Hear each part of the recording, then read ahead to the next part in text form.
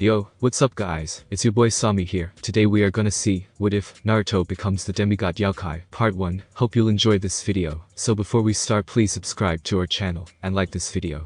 So let's get into the video. When a god steps in, we see a heavily injured boy with spiky blonde hair, and 3 whisker marks on each cheek. He wears a bright orange jumpsuit with 2 holes in the chest area.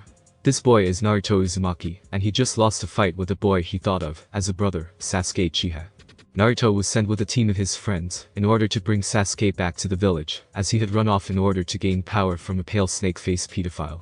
Naruto fought hard to bring Sasuke back, as he promised his teammate Sakura he would, but that was also why he lost. He fought to bring Sasuke back, while Sasuke fought to kill him. In the end, Sasuke decided not to kill him, saying some dumb shit like how he didn't want to be like his brother. Naruto didn't think Sasuke realized that he was leaving the village like his brother did, or that he was trying to get the same eyes his brother had. If you asked Naruto, then Sasuke was being exactly like his brother. As Naruto lay there, he couldn't help but feel terrible, and not because of his injuries. He had made a promise to Sakura that he would bring Sasuke back to her, but he couldn't keep it. Naruto was someone that took his promises seriously, and never broke them if he could help it. If Naruto was honest with himself, he knew Sasuke wouldn't have come back, and even if he had won their fight, Sasuke would have just left again once he had the chance. Sasuke was just too stuck in his thoughts of vengeance that he wouldn't listen to anything someone else said. Why couldn't he understand that gaining power takes time, and that both Itachi and Orochimaru both got their power from right here in the village? What Naruto didn't know was that he was currently being watched from another dimension by a goddess known as Styx, the goddess of oaths. She didn't like the outcome of this battle, as she really liked how Naruto always kept his promises. She always wondered how a simple mortal could keep his promises without the threat of punishment, when most of the beings in her dimension couldn't keep a promise with the threat. She decided then and there that she would not stand for this, and would change things for Naruto. She suddenly appeared next to Naruto's unconscious body with a sad smile on her face. Styx was an average-sized woman standing at 5'6" with pale skin, short lime green hair, green eyes, a slender frame, and high C-cup breasts. She wore simple robes that were black and green, though she wore no kind of footwear. Even though Naruto's world was ruled by the Shinto gods, she could still enter freely, since all gods fear what she would do if she truly became upset. She crouched down and picked Naruto up bridal style, but as she stood up, someone else entered the clearing. It was a rather tall man with gravity-defying gray hair, wearing the standard Jonin uniform with a mask covering the lower half of his face, and his headband covering his left eye. This man is Kakashi Hatake, Jonin of Konoha, and Naruto's sensei. "Who are you, and what are you doing with Naruto?" demanded Kakashi, but Styx barely paid him any mind. "Though I am is none of your concern, mortal, and, as for Naruto, just know that when he returns he will be much stronger," said Styx before her, and Naruto disappeared in a flash of light. In Styx's personal area, Styx reappeared in her personal spot in the underworld, and quickly began to heal Naruto. Once he was healed, she used her magic to call for 2 goddesses that she wanted to help with her plan. A few moments later, 2 bright flashes of light appeared behind her.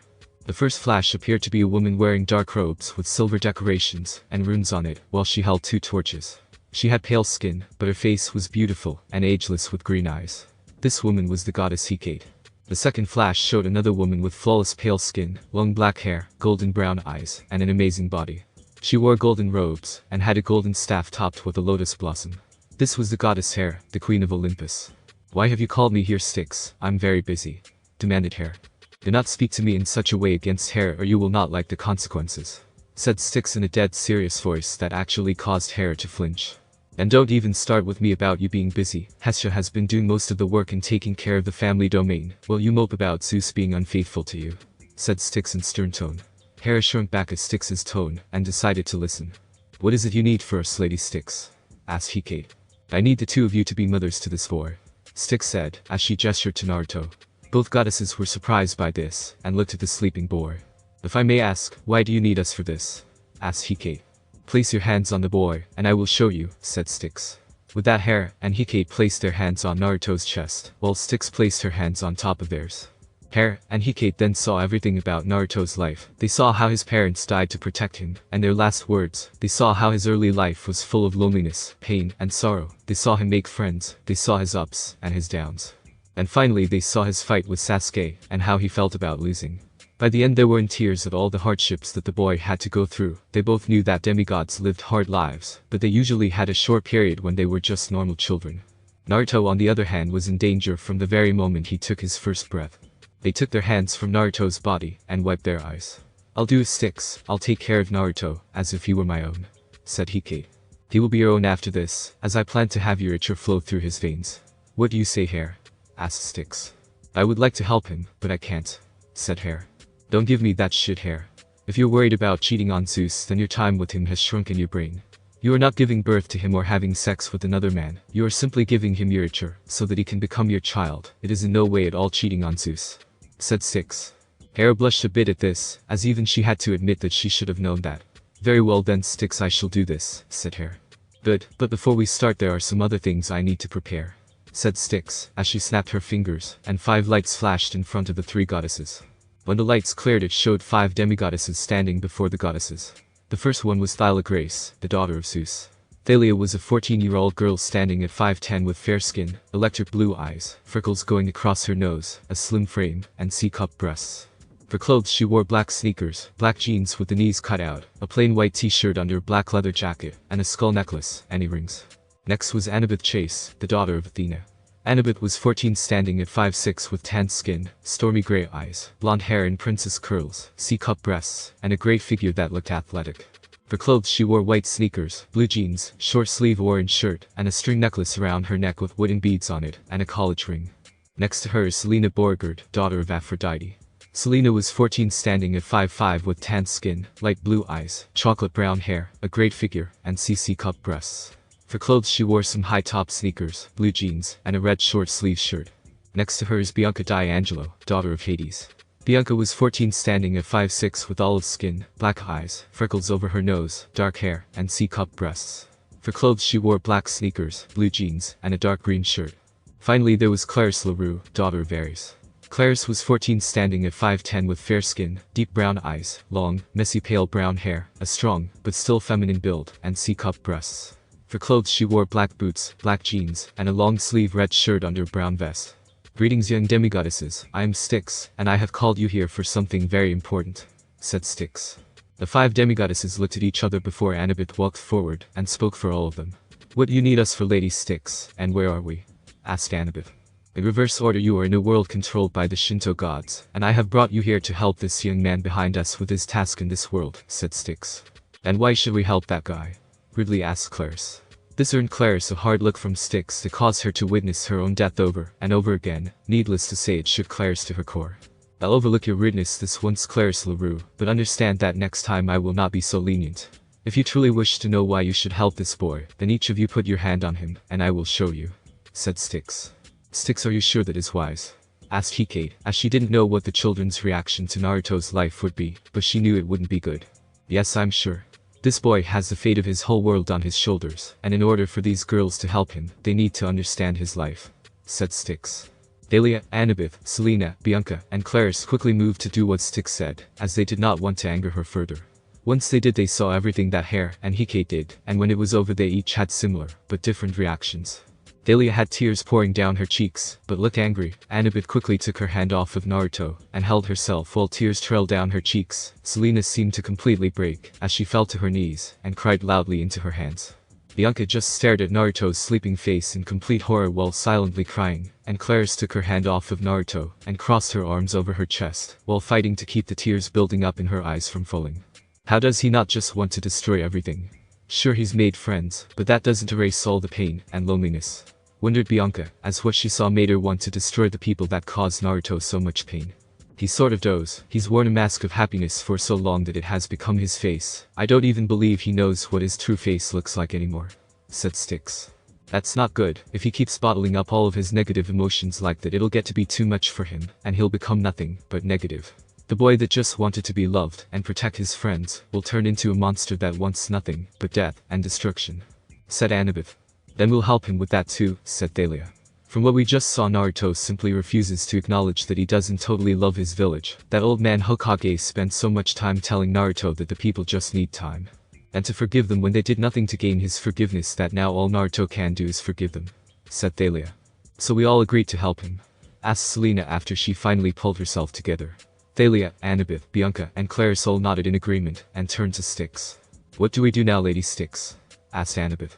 Now we wait for Naruto to wake up, and explain to him what is going on, said Styx. An hour later. After an hour, Naruto finally woke up, but became on guard when he found himself surrounded by people he's never met before, especially when he felt the power rolling off the 3 older ones. They quickly calmed him though by letting him know that they weren't there to hurt him, but to help him. They even explained all that had happened, and who they were. Naruto didn't believe them at first, but when they told him something about his life they couldn't have possibly known he believed them, though he was a bit mad that they went through his memories, and also a bit scared of what they thought about him now that they knew about the fox. They assured him though that they didn't think poorly of him though, and still wanted to help him. After that, Styx fully explained her plan to him while Naruto teared up and started to cry at the notion of finally having parents. "You mean it? You're really gonna be my mom?" asked Naruto through his tears.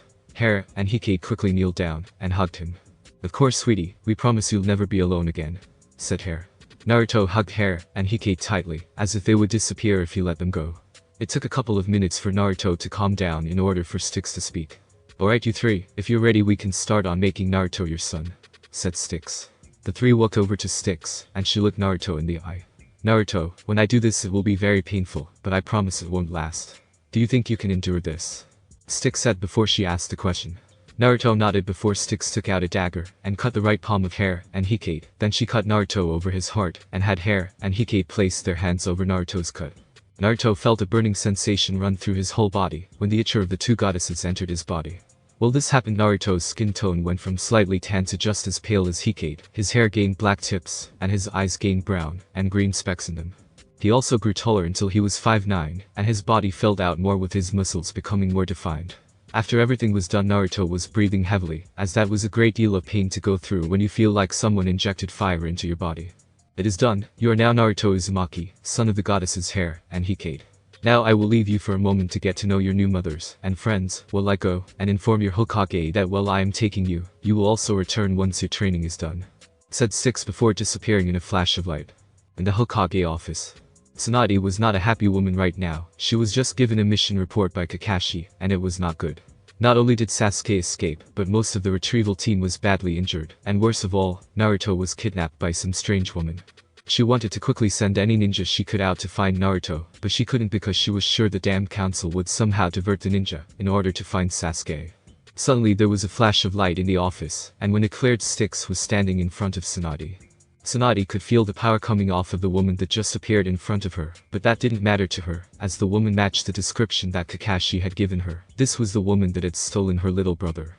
Tsunade was about to move to attack the woman and find out where Naruto was, but some kind of invisible force forced her to stay seated. "Calm yourself, Tsunade Senju, I am not here to cause trouble," said Styx. "Then tell me right now, where is Naruto?" demanded Tsunade with a growl, not caring how the woman knew her name. "Naruto is in good hands at the moment and is being taken care of properly. If you are worried about his return, then let me calm your fears. Naruto will be returned to you in time," said Styx. "You will return Naruto right now," screamed Tsunade while still struggling against whatever it was that was restraining her. "Why aren't my Anbu moving to attack this woman?" Tsunade asked herself in thought. "I will do no such thing. Naruto needs time to find himself and remember what his face truly looks like. Being here will only hinder him and force the destruction of this world. And if you're wondering why your guards haven't attacked me yet, it's because the same power that is restraining you is also restraining them," said Styx. "Who are you?" asked Tsunade with a sneer. "I'm the goddess Styx, and I take Naruto from you now for the good of all. Like I said, he will be returned in time, but I will get my affairs in order before he returns.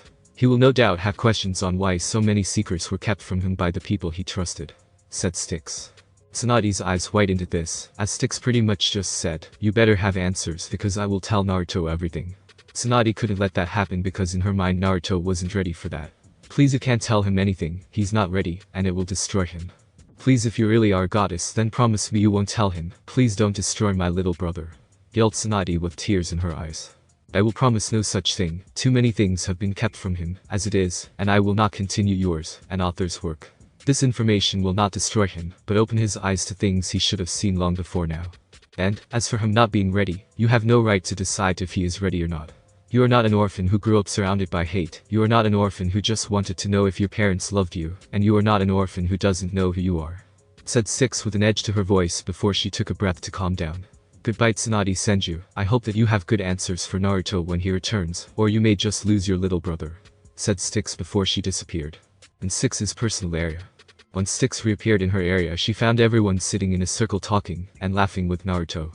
Styx smiled at this, happy that the boy could finally start to find himself.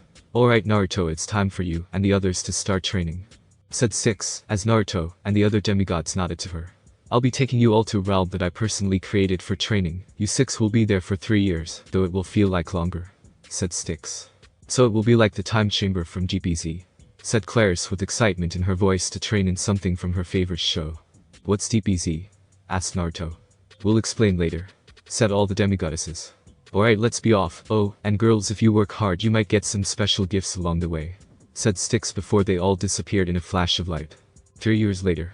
It had been 3 long years since Naruto and the 5 demigoddesses started their training, though to them it felt even longer. Konoha really hadn't changed that much other than the fact that people got older, and they had finally added Tsunade's face to the monument. Speaking of Tsunade, she hadn't stopped worrying about her little brother since she met the goddess. Sure, to the people of Konoha she looked calm and collected, as usual, but to highly trained ninja, and people who really knew her, such as Shizune, they knew she was worried sick about Naruto. It showed just how worried she was when she actually denied having a drink. Hokage Tower. Right now we find Tsunade behind her desk doing the thing she hates most. Paperwork. She didn't know why, but she believed it had the power to reproduce like rabbits. An hour later she had only finished half of the paperwork, and knew that Shizune would be coming soon with another stack. Tsunade leaned back in her chair, and turned to look at the village through her window. With Naruto gone, the village was so quiet, not even Konohamaru doing pranks around the village could bring back that warmth that Naruto brought. Tsunade had long since accepted that Naruto would come back when the goddess decided to bring him back, but she hoped that the Naruto that came back was a Naruto that everyone would recognize, especially with the truths that were revealed to him. "Naruto, please come back soon, and please don't hate me," Tsunade said to herself. She had already lost one brother to death, she didn't think she could lose another one to feelings of hate. Outside of Konoha. Walking down a dirt road we see 6 people walking towards Konoha, 1 boy, and 5 girls. The boy stood at 6'2" with light skin, deep sea blue eyes with specks of brown and green in them, shoulder-length spiky blonde hair with black tips, and 3 deeply defined whisker-like marks on each cheek. For clothes he wore black shinobi boots, black cargo pants, a plain orange t-shirt, a black leather jacket with the symbol for the goddess hair on the right shoulder, the symbol of the goddess Hokage on the left shoulder, and the symbol of Styx on the back. Also a black Konoha headband on his head. This boy's name is Naruto Uzumaki, son of Hare, Hokage, Kushina Uzumaki, and Minato Namikaze, and the champion of Styx. The first girl stood tall at 6'1" with fair skin, deep brown eyes, long, messy pale brown hair, a strong, but feminine build, and D-cup breasts. For clothes she wore a black full-body outfit with black combat boots. The outfit had areas that were a bit revealing since the material over the chest and on the thighs and stomach were a bit transparent, though not enough to show skin. It also had padding along the arms, shoulders, and outer thighs. This girl is Clarice LaRue, daughter of Ares. For a better idea of her outfit, look up Scathach from Fate Grand Order, just put a bit of padding for armor purposes. The second girl stood at 5'7" with tan skin, long chocolate brown hair, light blue eyes, a very sensual figure, and DD-cup breasts. For clothes she wore a light blue bikini top, purple capri pants, a loose-fitting hot pink belt with light pink heart motifs on it, and black-heeled sandals. She also had a pair of light blue metal bracelets on her biceps, and 3 simple round metal bracelets on her right wrist. This is Selena Beauregard, daughter of Aphrodite. She's dressed like Kana from Fairy Tail. The third girl stood at 5'11" with fair skin, electric blue eyes, freckles across her nose, messy black hair, a slim but curvy figure, and CC-cup breasts. For clothes she wears a long black dress with one long, wide sleeve hiding her left arm. The edges of the collar and the opening for the right arm are gold-colored, and the upper chest and left sleeve are decorated with golden designs. The right side of the dress is open from the hip down with gold-colored straps made up of interwoven ropes, connecting the front half to the back half of her thigh. Under the dress she wears black pantyhose, while on the right hip of the dress is a red-colored rhombus gem in gold-colored metal of the same shape, with feathers various shades of blue sticking out from the bottom of it. On her right arm is a long grey glove, which is topped with a gold metal ring with curvy extensions branching off from it up her arm. And on her feet were heeled combat boots. This girl is Dahlia Grace, daughter of Zeus. She dressed as Cinderfall from Volume 4 with some color changes. The fourth girl stood at 5'7" with olive skin, black eyes, freckles on her nose, dark hair, an athletic yet curvy frame, and CC-cup breasts. For clothes she wore a dark sleeveless mini dress with a white collar, and a red tie, a red belt with a red side skirt cover, long black socks, black shoes, black gloves, and red gauntlets. This girl is Bianca D'Angelo, daughter of Hades. Dress as it came from a Kame ga Kill. The fifth and last girl stood at 5'8" with tan skin, stormy gray eyes, curly blonde hair, an athletic but feminine build, wide hips, a round and toned ass, and C-cup breasts. For clothes she wears what appears to be a schoolgirl's uniform. She has brown shoes, knee-high black socks, a short blue plaid skirt, a yellow sweater over a white and blue short-sleeved shirt, and a pink ribbon on her left wrist. This girl is Annabeth Chase, daughter of Athena. She's dressed like Asagi Aiba from Strike the Blood. Now I know what you're all thinking, what the fuck are Claris and Thalia doing wearing outfits like that? Well, the answer is simple. While training with the goddesses and Naruto, the girls learned a lot about Naruto's world and how the female body could be a great weapon against others.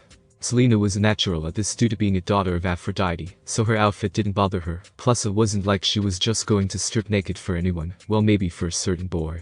Annabeth saw logic in using everything to your advantage in this world, where almost everyone would kill you for almost any reason, plus it helped that her outfit was a school uniform, she felt right at home in it. Then there was the added bonus that the skirt made a certain boy focus on her ass when she walked past him. Bianca didn't like the idea of using her body for anything, but understood the reason for it. It helps that her outfit wasn't all that revealing, though she didn't like how it was tied around her breasts and made them more prominent. She did like that her girls could catch a certain boy's attention though. Thalia hated her outfit at first, not because it wasn't nice, but because it was a fucking dress, and it was originally red, and came with high heel pumps.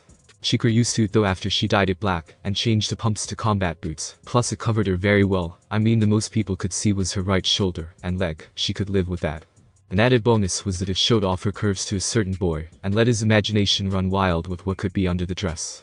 Claris despised her outfit at first, and even now still doesn't like it all that much, she's just about neutral to it.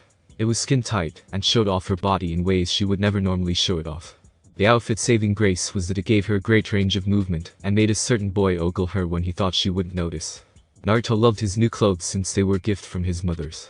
He also loved the clothes the girls were wearing. He's that certain boy in case it wasn't obvious enough, as he felt they fit the girls perfectly, and really brought out their beauty. Their choice in clothing was not the only thing that changed during their training, as they all had changed, and matured a bit personality-wise, as well. Though the biggest change in that aspect was Naruto. After learning about his mortal parents from the goddesses, he tried to bottle up all of his negative emotions, and move past it, but they wouldn't let him. They told him to let it all out, and to no longer deny what he was feeling. The results of this were rather destructive, as it was the first time in years that his mask had come off. After he had calmed down, he talked it over with the goddesses and demigoddess, and they helped him sort out his feelings. For a while he had trouble with not putting his emotional mask back on, but a couple of whacks to the head, and stern talkings too from Hair and Hokage convinced him to stop. Naruto had finally figured out who he was, and he became stronger for it. Naruto and the demigoddesses were trained into the ground, dug up, and trained into the ground again. There were times they wished they never agreed to the training, but those thoughts stopped when they saw the results. The demigoddesses gained chakra and some special abilities during their training, not to mention feeling for Naruto. The feelings caused problems for a while, but the goddesses told them how things would work when they got back to Konoha. They didn't like it, but they did decide to share Naruto 2.5 years into the training, though they still competed for his attention, just not as bad as before. Naruto on the other hand gained magic, and some special powers as well. He even got into contact with the Kyuubi, and gained something, but that will be revealed later. When Naruto had developed feelings for the demigoddesses, he didn't know what to do. Well, he understood the laws in his village would allow for one man to have multiple wives, if he either had a bloodline or was bringing back an important clan. He also knew that the girls weren't from his world, and didn't think they would be, as understanding, so he didn't say anything about his feelings. He flirted a bit, and ogled them when they weren't looking. They still noticed his attention, but he kept his true feelings to himself. It wasn't until they decided to share him that he told them of his feelings. Anyway, back to right now. It took a while, but the group of 6 finally made it to the village gates. "Wow, I can't believe I'm actually back here, it feels like it's been forever," said Naruto, his voice now deeper than it was before. "Are you sure you can handle this, Naruto-kun?" asked Bianca. The girls had learned Naruto's language as well, though they only used the suffixes with Naruto. "Yabai-chan, I can handle this, especially with you girls here with me," said Naruto. When they reached the gates, they found that the gate guards were fast asleep. Naruto chuckled at this before signing himself and the girls in, and walking into the village. While walking through the village, it was clear that the villagers noticed the girls, or at least the males did, if the drooling was anything to go by. They also noticed Naruto, though it took a while thanks to the changes he went through, but it wasn't as bad as they were expecting. While some people did glare at him, most simply ignored that he was there, and some actually smiled at him. Though the demigoddesses didn't like that, there were a lot of young girls ogling Naruto. Naruto stopped walking though when he saw his favorite ramen stand. The girls noticed him stop, and looked in the same direction that he was. They smiled a little when they noticed the stand. They could recognize it due to the fact that Naruto talked about it so much. "Come on Naruto, let's go inside, and get a ball before we go see the hag," said Claris, as rude as always. Naruto simply grinned, and led them over to the stand. "Welcome to Ichiraku Ramen, I'll be Naruto, is it you?" asked Tsuchi when he finally noticed Naruto. "It sure is, old man, it's good to be back," said Naruto. "Get in here, and look who it is," Tsuchi yelled to the back room. "It could have you so, Naruto-kun," Aim yelled as she hugged Naruto tightly. He was like her little brother, and she had missed him dearly. The girls on the other hand twitched a bit at the girl hugging their man, while Selena wasn't twitching, since she could feel that her sibling love radiating from the girl. "It's good to see you, Aim," said Naruto as he hugged her back. "Oh, I'd like both of you to meet some very important people to me. This is Thalia-chan, Annabeth-chan, Selena-chan, Claris-chan, and Bianca-chan," said Naruto as he pulled back from Aim. "Yo," said Thalia. "Nice to meet you," said Annabeth. "Hey," said Selena. "Sup," said Claris. "Hello," said Bianca. With that, the group sat at the counter while Aim and Tsuchi made ramen and caught up with Naruto. Aim was surprised to learn that her little brother was dating 5 girls, but she knew he wasn't a pervert, so she let it go for now. If he turned into a pervert, she would beat him. At that point, Naruto felt a chill run down his spine, and felt a need to make sure he treated his girls equally, which he was already doing. Hokage Tower. Tsunade sat in her office talking with Jiraiya, Shizune, her latest student Sakura, and Kakashi about Naruto. Jiraiya felt he failed his godson, Shizune missed him, Sakura just wanted him back so he could keep his promise, and Kakashi wanted to make up for his failure as a teacher. "We have to stop moping, Naruto will be back when he's ready, so until then we just have to wait," said Tsunade. Ironic that they're being told to stop moping by Tsunade of all people. "And how are we sure about that?" asked Jiraiya. "Because she said she'd bring him back," said Tsunade. "And who says she'll keep her word?" "We're ninja, Tsunade, our word doesn't mean anything," said Jiraiya. "You forget, Jiraiya-sama, Naruto's word means a lot to him, and he won't break a promise, no matter what obstacle is in his way. Plus this is a goddess we're dealing with," said Kakashi. "Please, even Naruto can't keep all of his promises, and we have no proof that woman is what she claims to be," said Jiraiya. "We do need proof, and Naruto did fail to fulfill his last promise," said Sakura. "None of you felt the power that woman radiated from her body, Kakashi, Mianbu, and myself did, and it was unlike anything we've ever felt before," said Tsunade while trying to ignore the jab of her little brother. "Even I felt it, and I wasn't even in the room," said Shizune.